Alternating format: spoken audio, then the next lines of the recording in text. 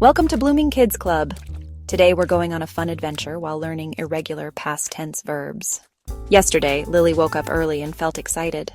It was a beautiful day. She ate her favorite pancakes and drank some orange juice while her little brother broke his toy car.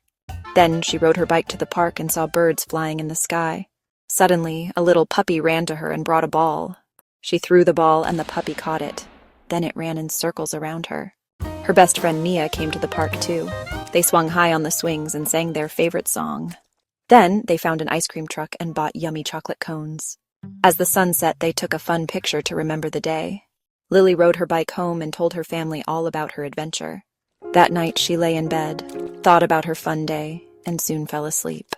Great job! You just learned many irregular past tense verbs. Keep practicing, and we'll see you next time at Blooming Kids Club. Don't forget to like and subscribe to Blooming Kids Club for more fun learning videos. Write down all the irregular verbs you found and share them in the comments.